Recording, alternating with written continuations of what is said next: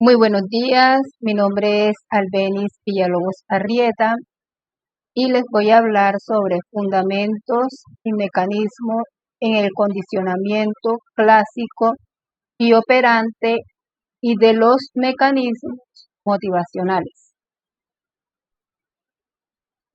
El condicionamiento clásico consiste en exponer a la persona al estímulo estresante o fóbico con el fin de hacer desaparecer la respuesta de ansiedad.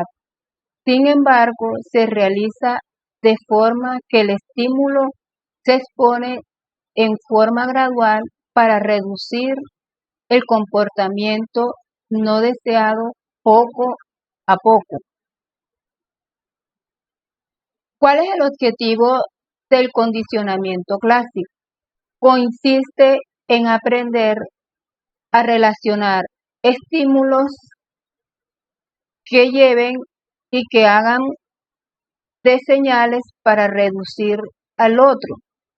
¿Cómo se produce el condicionamiento clásico?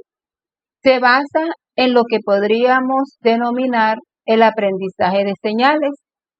Una señal es un estímulo externo o interno que anticipa o predice con un determinado grado de fiabilidad un acontecimiento generalmente motivacional significativo. Ejemplos de acondicionamiento clásico y de condicionamiento clásico.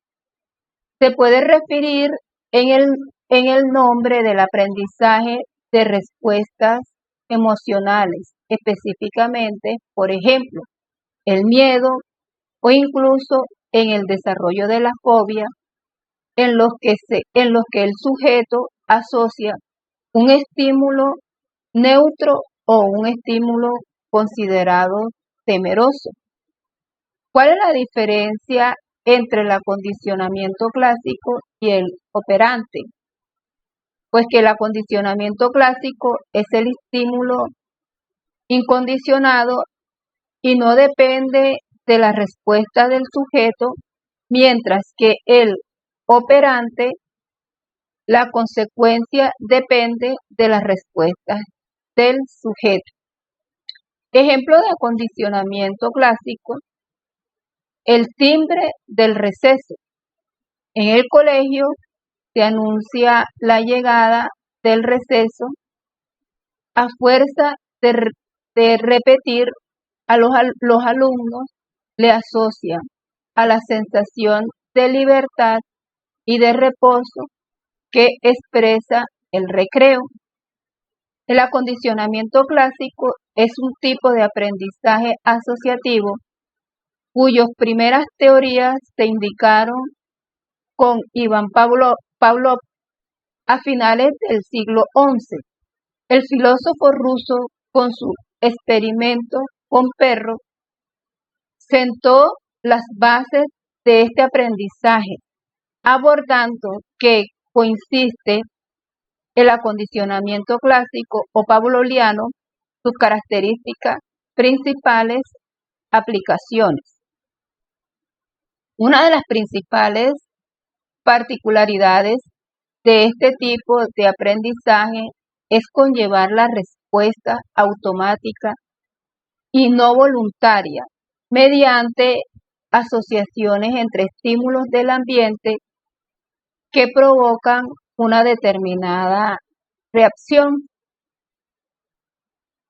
Conceptos claves del acondicionamiento clásico.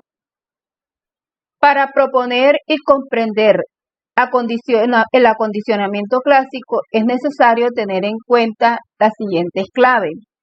El estímulo de incondicionado hace referencia a aquel que forma automáticamente y provoca una respuesta orgánica.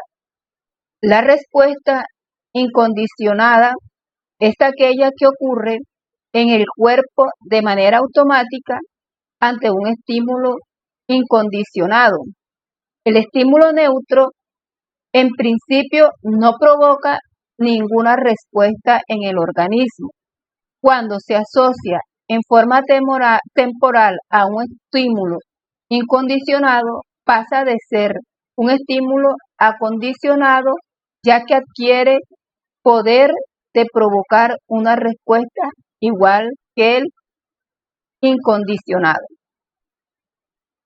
Aplicación del conocimiento clásico. A la hora de aplicar el conocimiento clásico en la psicología, se puede emplear en diferentes técnicas en funciones de los objetivos que se quiere alcanzar en la terapia. Entre las más usadas se encuentra contracondicionamiento. Es un recurso que tiene objetivos presentes al estímulo provocado a la respuesta que se requiere y evitar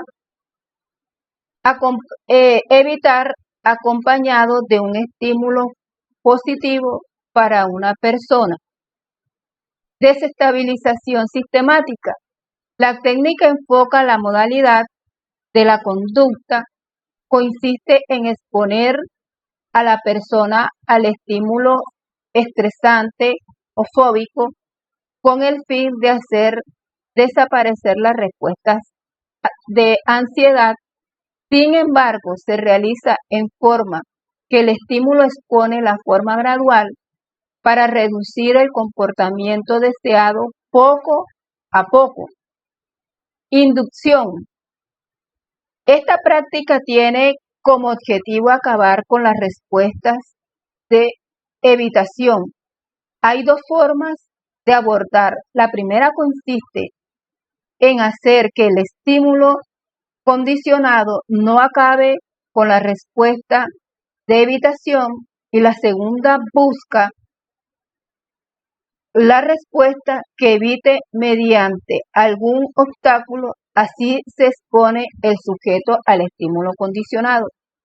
Terapia aversiva. Busca proponer un estímulo que no establece para inhibir una respuesta, es decir, emplear el castigo frente a aquellas conductas que se quieren evitar. Condiciones clásicas pueden emplearse en diferentes fines de la psicología, como ayudar a superar las fobias, adicciones, miedos, empleando técnicas de modificación y conducta. Acondicionamiento operante.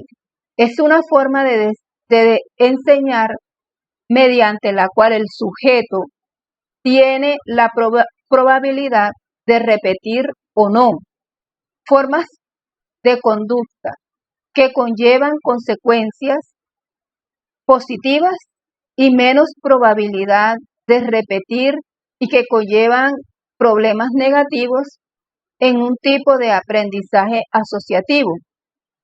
Estas consecuencias tienen como desarrollo una nueva conducta que funcionan en sus consecuencias y no en la asociación de entre estímulos y conductas como ocurre en el acondicionamiento clásico. ¿Cómo es el acondicionamiento operante Stinker? Se desarrolla del BIF Stinker, el acondicionamiento operante, una forma que aprende por medio de compensas y castigos. Este tipo de acondicionamiento sostiene que una determinada conducta y un tipo de consecuencia, ya sea un premio o un castigo, una conexión que nos lleva al aprendizaje. ¿Cuáles son los tres tipos, los tres elementos del condicionamiento operante? En un tipo de aprendizaje hay una técnica de modificación de conducta que utiliza el refuerzo positivo, el refuerzo negativo y omisión. el castigo para producir adquisición o existencia de una conducta. ¿Qué diferencia hay entre condiciones clásicas y operantes?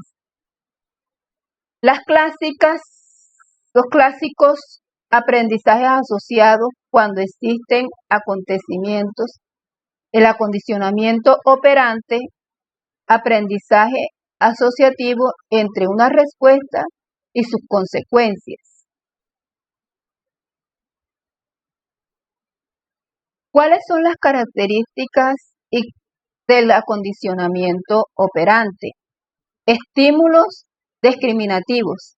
Aquel estímulo como es la luz, la música, el objeto, temas, imágenes, que señalan, avisan, discriminan y le inducen a la persona la disponibilidad del refuerzo. Refuerzos positivos. Aquellos que aumentan la frecuencia de una respuesta. Refuerzos negativos, conductas operantes, omisión, castigo. ¿Qué es la motivación y cuáles son sus tipos? La motivación se puede definir como el proceso que indica la guía, mantiene las conductas orientadas a lograr un objetivo, a satisfacer una necesidad. Es la fuerza que nos hace actuar y nos permite seguir adelante, incluso en las situaciones más difíciles que podamos tener. ¿Cuál es la motivación intrínseca y extrínseca? La motivación intrínseca es el medio para encontrar la satisfacción dentro de uno mismo. Los motivadores intrínsecos pueden ser la curiosidad o la aceptación de un desafío nuevo. La motivación intrínseca implica evitar el castigo externo y buscar la recompensa. Muchísimas gracias.